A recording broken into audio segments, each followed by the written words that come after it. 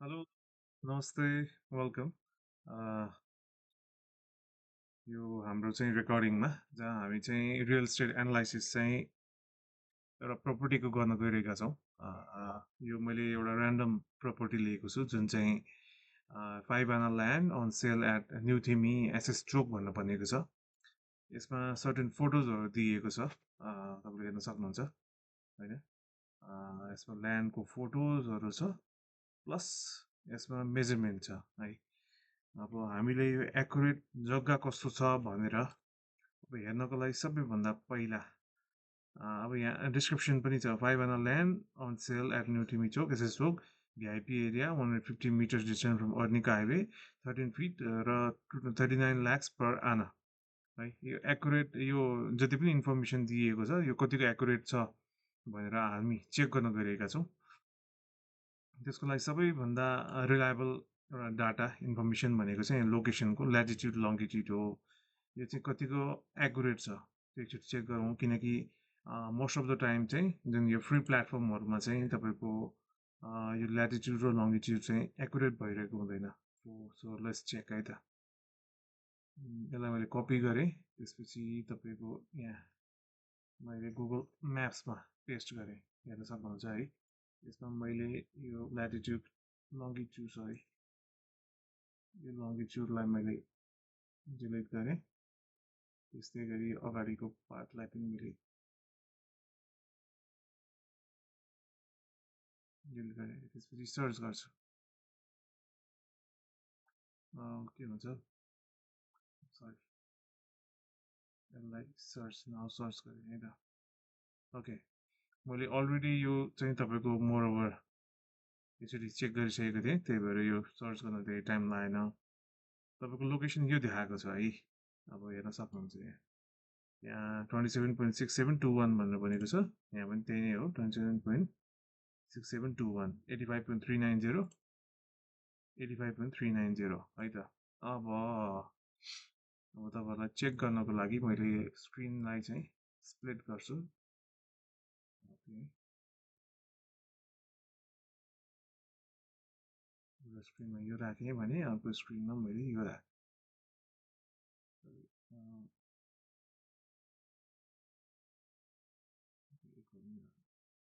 है त। तपाईँको अब हेर्न सक्नुहुन्छ है। ओके, सबैभन्दा पहिला यो लोकेसन चाहिँ तपाईँको यो स्विमिङ पुलको नजिक देखाइरहेको छ।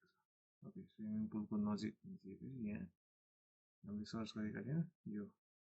मैले गुगल अर्थमा गरिरहनुको कारण चाहिँ तपाईँको अलिकति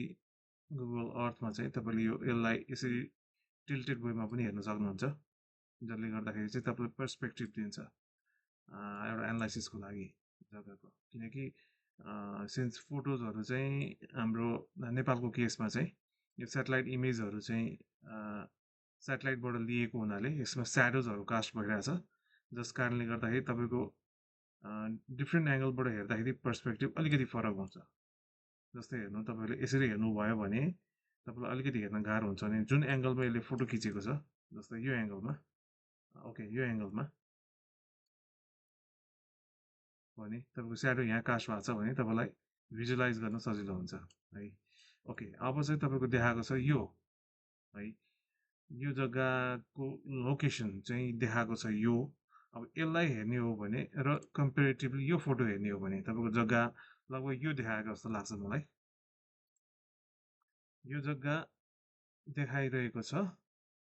तर यसको पछाडि साइडमा बिल्डिङ छ, जबकि यो जग्गाको वरिपरि बिल्डिङहरू देखिँदैन। देख्नुभयो है तपाईँले। त्यस्तै गरी मैले अर्को फोटो पनि हेरेँ। यो फोटोमा पनि तपाईँको पछाडिपट्टि बिल्डिङ देखाइरहेको छ र साइडमा वाल देखाइरहेको छ भने यो पोइन्टमा चाहिँ पछाडि बिल्डिङ पनि छैन र साइडमा यसरी वाल पनि देखाइरहेको छैन। अब एउटा एनालाइसिस फोटोको बेसिसमा हामीले एनालाइसिस गर्नु पर्दाखेरि चाहिँ मैले के एनालाइसिस गर्छु भन्दाखेरि लोकेसन चाहिँ सायद यही नै हुनुपर्छ,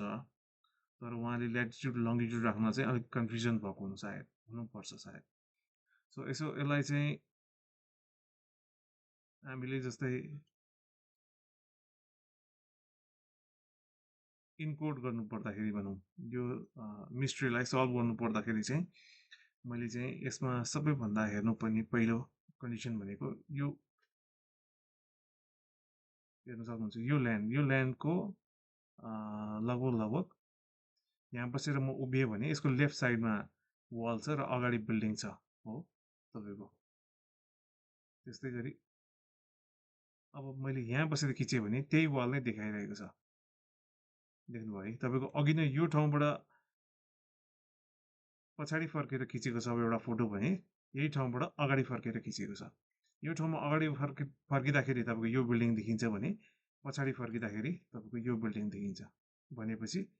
मोर ओभर लोकेसन चाहिँ यहाँ हुनुपर्छ जस्तो लाग्छ मलाई किनकि अगाडि फर्किँदाखेरि एउटा बिल्डिङ र पछाडि फर्किँदाखेरि अर्को बिल्डिङ देखिरहेको छ है अब अर्को एउटा मैले एउटा एनालाइसिस गर्नु पर्दाखेरि यो वाल छ यो वालसँगै यहाँ जस्ताको टहरा छ त्यही भएर यो वालसँगै यो जस्ताको टहरा हुनुपर्छ अब अर्को फोटोमा एकचोटि हेरौँ अब यो बिल्डिङ हेर्न सक्नुहुन्छ यो बिल्डिङसँग अर्को बिल्डिङ टाँसिएको छ र यसको 90 डिग्रीमा अर्को बिल्डिङ छ भनिसकेपछि मोर ओभर जग्गा यहीँतिर हुनुपर्छ किनभने हेर्नुहोस् यो बिल्डिङ छ यो सँगै अर्को बिल्डिङ छ देख्नुभयो है अब अर्को एउटा प्रुफ चाहिँ हाम्रो पानी ट्याङ्कीको पनि हेर्न सक्नुहुन्छ पानी ट्याङ्की यहाँ छ होइन तपाईँको पानी ट्याङ्की पनि यहाँ देखाइरहेको छ देख्न सक्नुहुन्छ है पानी ट्याङ्की त्यस्तै गरी यो बिल्डिङको पानी ट्याङ्की अर्को साइडमा छ जुन चाहिँ भर्याङ छोप्ने पोर्सन भनौँ यसमा पनि त्यही भएर यो देखाइरहेको छ त्यही भएर मलाई लाग्छ जग्गा चाहिँ यो नभइकन यो पोर्सनमा हो है अब अर्को एउटा तपाईँलाई मैले एनालाइसिस पार्टमा भन्नुपर्दाखेरि यो बाटोसँग जोडिएको छ यता राइट ह्यान्ड साइडमा हेर्न सक्नुहुन्छ बाटोसँग जोडिएको छ र यो पनि यो बाटोसँग जोडिएको भनिसकेपछि यो नै जग्गा हुनुपर्छ है तपाईँले यो ठाउँमा बसेर कसैले फोटो खिच्छ भने अथवा यो ठाउँमा बसेर फोटो खिच्छ भने यसको राइट ह्यान्ड साइडमा यो वाल आउँछ जुन यो आइरहेको छ यो बिल्डिङ छ यो खाली जग्गा भयो यो खाली जग्गा भयो त्यसपछि लाएर यो अर्को बिल्डिङ भयो यो अर्को बिल्डिङ यो बिल्डिङ भयो यो र यसको अर्को साइडमा हेर्नुहुन्छ भने चाहिँ तपाईँको यो बिल्डिङ देखिरहनु भएको छ जुन यो हो र यसको साइडको खालीको जग्गा भनेको यो हो है र यो वाल भनेको यो हो र यो टहरा भनेको यो ओके फाइनली जग्गा हामीले मोर ओभर फोटोज र यहाँ प्रोभाइड गरेको डिटेलबाट हामीले जग्गा पत्ता लगायौँ जग्गा चाहिँ यो रहेको छ अब यसलाई हामीले सरसर्ती मेजर गरौँ है जस्तो उहाँले दिनुभएको डिटेल छ यसमा तपाईँले गुगल अर्थबाट मेजर गर्नको लागि मेजर लिन सक्नुहुन्छ मेजरबाट यो मेजरमेन्ट हेर्न सक्नुहुन्छ यो 48 फिट छ लगभग 50 फिट भनेपछि यो मिल्छ है त्यस्तै गरी तपाईँको अर्को मेजरमेन्ट भनेको यहाँबाट यहाँ लिएको छ जुन मोर ओभर यो कम्पाउन्ड वाल छोडेर लिने हो भने 42 फिट छ यहाँ 44.7 छ मोर ओभर यो पनि मिल्छ यो साइडमा छ तपाईँको अलिकति टिल्टेड जस्तो लाग्छ मलाई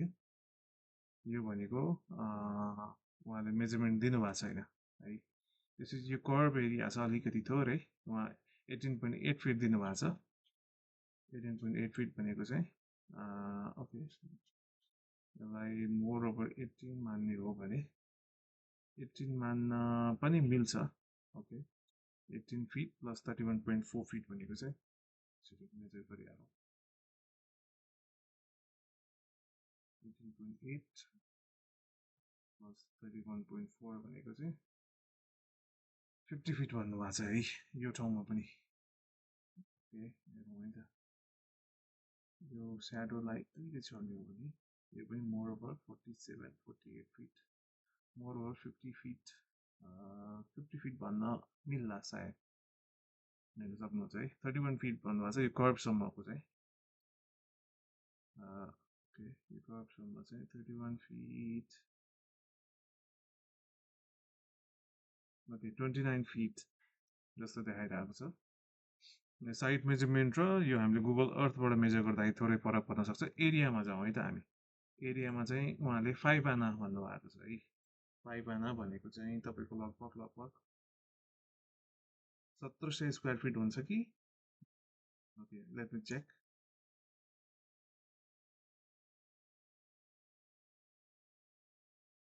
5 आना भनेको चाहिँ ओके स्क्वायर फिटमा 1711 स्क्वायर फिट हुने रहेछ।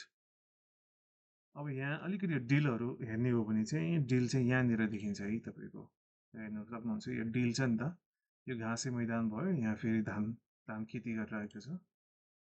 है हेर्न सक्नुहुन्छ धान खेत छ यहाँ बााउन्ड्री वालै जस्तो देखिन्छ है यहाँ पनि बााउन्ड्री वाल जस्तो फेन्ट लाइनमा बााउन्ड्री वाल देखिन्छ। अब हामीले बााउन्ड्री लाइनमा मेजर गर्न सक्छौँ एरिया ओके मेजरमा एरिया अटोमेटिक मेजर हुन्छ मैले हेर्न सक्नुहुन्छ यो लाइन छ लाइन अनुसारै मेजर गर्दैछु भयो कर्भ एरियामा थोरै टिल्टेड यो भयो यो भयो हेर्न सक्नुहुन्छ यसको स्क्वायर फिट चाहिँ 5 आना भनेको लगभग तपाईँको 1711 हुन्छ भने यहाँ देखाइरहेको चाहिँ तपाईँको 1632 देखाइरहेको छ तपाईँको 4.76 आना है 1632 भन्नाले चाहिँ 4.76 आना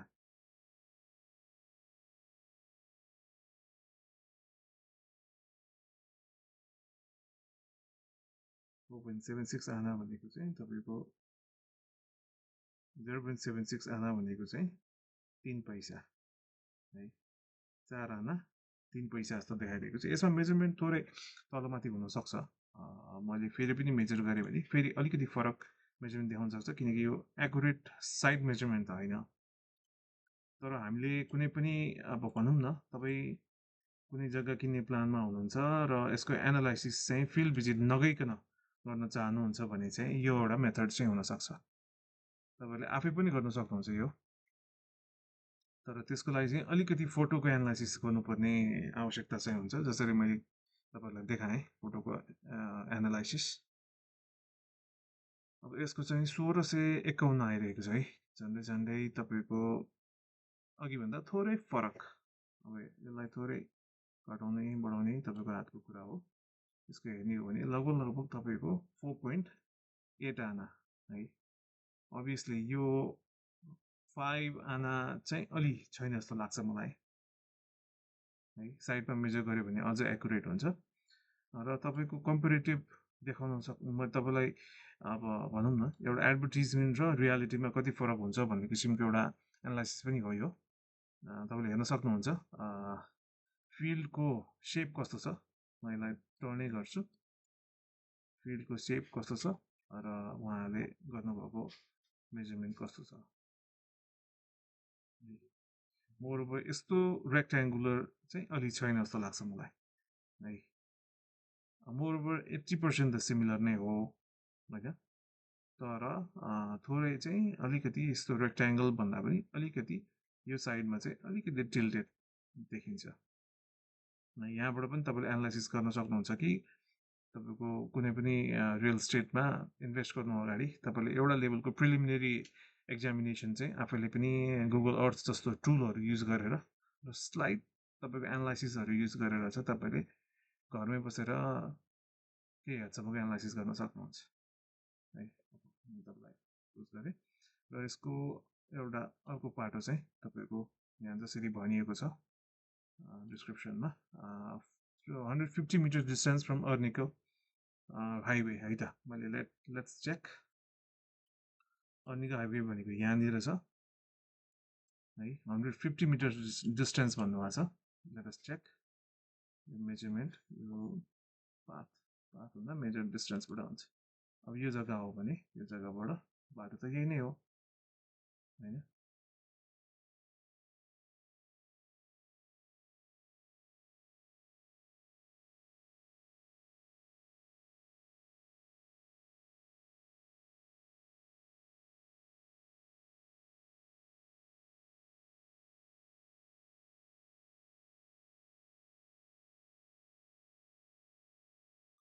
यो भनेको तपाईँको लगभग